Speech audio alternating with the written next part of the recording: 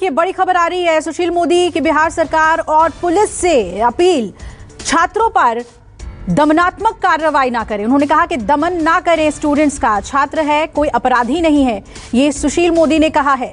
इस बार एक ही दौर में परीक्षा होगी।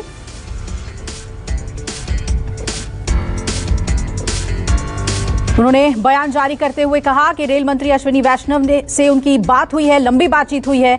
इस दौरान उन्होंने ये बताया कि सहमति बनी है कि ग्रुप डी को 2 की जगह 1 परीक्षा लेगा और रेलवे और एनटीपीसी के परिणाम एक उम्मीदवार यूनिक रिजल्ट फॉर्मूला लागू कर दिया जाएगा। तो सुशील मोदी ने ट्वीट कर कहा कि बिहार प्रशासन नाराज छात्रों पर दमनात्मक कार्रवाई ना करें। और पूर्व उप मुख्यमंत्री सुशील मोदी ने यह भी कहा कि राज्य के पुलिस प्रशासन से अपील करता हूं कि छात्रों पर कोई भी दमनात्मक कार्रवाई ना करें, ये छात्र हैं कोई अपराधी नहीं है। उन्होंने छात्रों से भी संयम बरतने की अपील की है ताकि रेलवे बोर्ड मामले के सभी पहलुओं की जांच पूरी कर परीक्षार्थियों के हित में एक फैसला कर सके। दरअसल बिहार में छात्र संगठनों ने आज बंद का ऐलान किया हुआ है और इसका समर्थन विपक्षी पार्टी कर रही है। पूर्व उप मुख्यमंत्री और बीजेपी के राज्यसभा सदस्य सुशील मोदी ने आश्वस्त किया कि ग्रुप डी की 2 की बजाय 1 परीक्षा होगी। अमिताभ ओझा हमारे साथ जुड़े हुए हैं। अमिताभ, छात्रों को विश्वास है कि उनकी सारी समस्याओं को सुन लिया गया है और वही बात सुशील मोदी भी दोहरा रहे हैं, लेकिन किसी तरह का दमनात्मक कार्रवाई ना हो, ये उन्होंने अपील की है। जी बिल्कुल, देखिए इसका असर भी जब सुशील मोदी का ट्वीट कल आया था, उनका जो वीडियो आया था और खान सर ने जो रात में कल देर रात उन्होंने जो वीडियो जारी किया उसमें सुशील मोदी के बयान की चर्चा भी की और कहा कि उन्होंने भी भरोसा दिलाया है कि अब जो हमारी मांगे थी वो मान ली गई है, इससे सरकार पे भरोसा करना चाहिए, पीओ में इन्वॉल्व है। और सबसे बड़ी बात जो उसमें कही थी कि दमनात्मक कार्रवाई नहीं की जाए, तो आज पटना में वो दिख रहा है। जहां जहां हंगामे हो रहे हैं, प्रदर्शन हो रहे हैं, वहां पुलिसकर्मी की तैनाती है, लेकिन पुलिसकर्मी बिल्कुल शांत हैं। वो इंतजार कर रहे हैं कि छात्रों आराम से वो हंगामा करे और यहाँ से निकल जाए, क्योंकि यहाँ भी देखिए डगमगा जगह भारी पैमाने पर पुलिस बल तैनात है, लेकिन कहीं भी वो सख्ती नहीं बरत रहे हैं। आराम से वो एक साथ बने हुए मुखदर्शक बने हुए हैं। इससे पहले साइंस कॉलेज की तस्वीरें हमने देखी थी, वहां भी पुलिसकर्मियों को तैनाती थी, वो भी शांत बने हुए। जबकि इससे पहले कल जो पटना के एसएसपी और पटना के डीएम ने बैठक की थी, उसमें कहा था कि अगर कोई कानून अपने हाथ में लेगा तो उसे हम सख्ती के साथ पेश आएंगे। लेकिन अगर हम आज की बात करें, तस्वीरें भले ही आ रही है, कई जगह तोड़फोड़ की तस्वीरें आई है, लेकिन पुलिस अभी बिल्कुल शांत बनी हुई है। वो लोगों को इंतजार कर रही है, उन्हें समझा रही है और ये कोशिश में लगी है कि कुछ देर के बाद ये सब खुद ही निकल जाए, उसके बाद नहीं तो फिर इनकी गिरफ्तारी होगी। तो निश्चित तौर पे जो बयान आए थे और सरकार भी अब चाह रही है कि कोई हंगामा नहीं हो। देखिए जबकि हंगामे के दौर नहीं करेंगे, देखिए कई जगह से तस्वीरें आ रही हैं कि जहां पे जाप के कार्यकर्ता और एएसएफ के कार्यकर्ताओं ने तोड़फोड़ की है, कई वाहनों में तोड़फोड़ की है। देखिए नगर निगम की गाड़ी जा रही है, तोड़फोड़ किया गया। इससे पहले जेपी गोलंबर पे तोड़फोड़ किया, कारगिल चौक पे तोड़फोड़ किया। तो हंगामा ये कर रहे हैं, लेकिन पुलिस फिलहाल वेट एंड वॉच की स्थिति में है, कोई सख्ती अभी नहीं बरत रही है और इंतजार कर रही है कि ये जो आंदोलन है वो खुद ही समाप्त हो जाए, जो प्रदर्शनकारी सड़क पर हैं वो खुद ही निकल जाए। इसीलिए पुलिस हर जगह वो सख्ती से पेश आने की बजाय वो नॉर्मल रह रही है, मुस्तैद देख रही है और इस बात की कोशिश में लगी है कि कहीं कोई हिंसा की घटना नहीं हो। क्योंकि हम नया टोला में हम लोगों ने देखा था कि किस तरीके से वहां पे लाठीचार्ज हुआ था, हॉस्टलों में घुस कर छात्रों को पीटा गया था, लेकिन आज वो नया टोला बिल्कुल शांत है। जो बाहर के इलाके हैं, जैसे पटना का डगमगा चौराहा हुआ, कारगिल चौक हुआ, हर जगह पुलिस बल की तैनाती है, लेकिन कहीं कोई सख्ती पुलिस नहीं बरत रही है और अभी वो आराम से इस बात की कोशिश में है कि कहीं भीड़ गड़बड़ी ना करे, हिंसा ना फैलाए, बस इसी बात पे उसका ज्यादा फोकस है। जी बिल्कुल अमिताभ, आप हमारे साथ बने रहिएगा। और पूर्व उप मुख्यमंत्री बिहार के सुशील मोदी ने इस पूरे मामले को लेकर क्या कुछ कहा, सुनाते हैं आपको। कि एनटीपीसी के परीक्षा के अंदर 1 छात्र 1 रिजल्ट की जो मांग है उस पर उन्होंने सहमति प्रकट की है और कहा कि 3.5 लाख और छात्रों का रिजल्ट प्रकाशित किया जाएगा। और दूसरा, ग्रुप डी की 2 परीक्षा के स्थान पर 1 परीक्षा की जो मांग थी उस पर भी उन्होंने सहमति प्रकट की है। तो इसलिए मैं छात्रों से अपील करूंगा कि जो 2 मुख्य मांगे थी, ग्रुप डी की 1 परीक्षा और एनटीपीसी की परीक्षा में 1 छात्र 1 रिजल्ट, उन दोनों पर उन्होंने सहमति प्रकट की है और जो समिति बन रही है उसकी रिपोर्ट आने के बाद इन दोनों मांगों को क्रियान्वित किया जाएगा।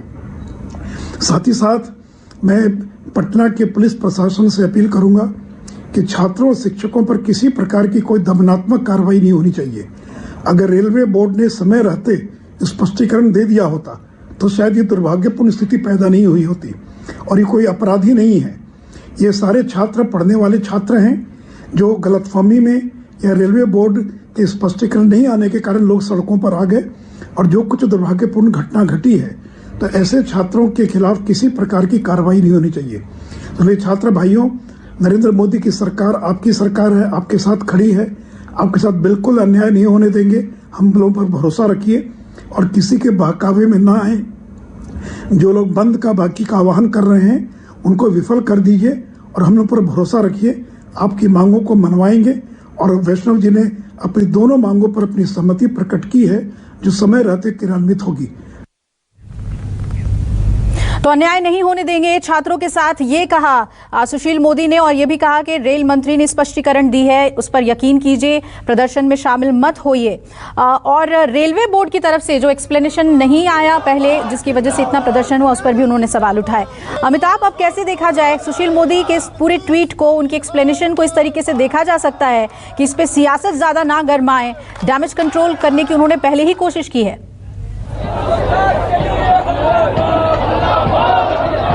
जी बिल्कुल, देखिए इस पूरे प्रकरण में अगर हम देखें तो शुरुआती दौर में जो हंगामा हुआ, जो 24 जनवरी, 25 जनवरी और 26 जनवरी को जो कई इलाकों में जो हिंसा की घटना घटी, उसके बाद से ही लगातार प्रशासन का भी दबाव था और रेलवे बोर्ड का जो स्पष्टीकरण आया उसके बाद से आप देखिए कि बवाल थमसा गया। कहीं कोई हिंसा की घटनाएं नहीं हुई। जो छात्र सड़कों पर उतरे थे वो वापस चले गए, क्योंकि रेलवे बोर्ड ने जो कमेटी गठित की और उनकी मांगों को मानने की बात की, उसके बाद खान सर सहित तमाम जो शिक्षक, जो कोचिंग संस्थानों थे, जो शिक्षक थे, उन्होंने छात्रों से अपील भी की और छात्रों को इस बात को समझाया कि जो मांगे जो थी, जो गड़बड़ियां थी, उन्हें दुरुस्त करने की कोशिश की जा रही है, उन्हें मान लिया गया है और अब ओपन फोरम में किया गया। क्योंकि रेलवे भर्ती बोर्ड ने तमाम जो भर्ती बोर्ड हैं उन्हें साफ तौर पे कहा है कि 14 फरवरी से जो है वो अपनी आपत्ति दर्ज कर सकते हैं, ऑनलाइन दर्ज करा सकते हैं और उसके बाद ये कंपाइल करेंगे। 4 मार्च तक इनको रिपोर्ट देनी है और उसके बाद जो नए डेट है, जो परीक्षा जो स्थगित हुए थे वो नए डेट दिए जाएंगे। और साथ ही सबसे बड़ी बात है कि जो छात्रों की सबसे बड़ी जो मांग थी कि ग्रुप बी की परीक्षा में एक एग्जाम हो, उस पर भी सहमति लगभग बन चुकी है। तो छात्रों की जो मांगे थी, जो विवाद था,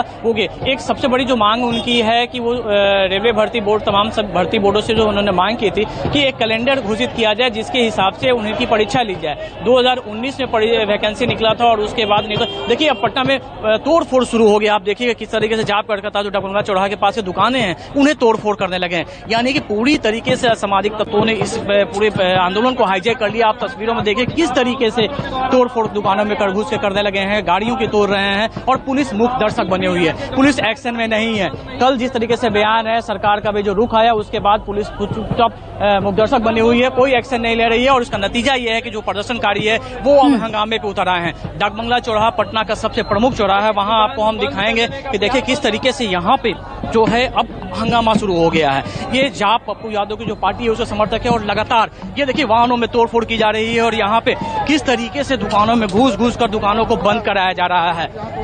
पुलिस जो है वो चुपचाप खड़ी हुई है, पुलिस अभी कोई एक्शन नहीं ले रही है, जबकि इनका उत्पात अब धीरे धीरे बढ़ता ही जा रहा है। ये देखिए यहाँ पे ये डाक बंगला चौराहा, न्यू डाक बंगला चौराहा का रोड है और यहाँ पे जितने प्रदर्शनकारी है उतनी ही यहाँ पुलिस बल है, लेकिन पुलिस बल आज बिल्कुल शांत यहाँ पे है। पुलिस कोई एक्शन अभी तक नहीं ले रही है और यही इसका नतीजा है कि ये जो हंगामा है, अब वो जो प्रदर्शन जो था, जो शांतिपूर्ण करने की बात थी, वो अब सीधे सीधे हंगामे में तब्दील हो चुका है। दुकानें बंद की जा रही है, मार्केट में घुस कर यहाँ पे वो तोड़फोड़ कर रहे हैं और ये लगातार जो बंद समर्थक हैं, जिनमें ज़्यादातर जो है पॉलिटिकल पार्टी के कार्यकर्ता हैं, कोई छात्र नेता इसमें शामिल नहीं है, ये लोग हैं। पुलिस उन्हें समझाने की कोशिश कर रही है कि किस तरीके से वो इन देखिए बिल्कुल ये डाक बंगला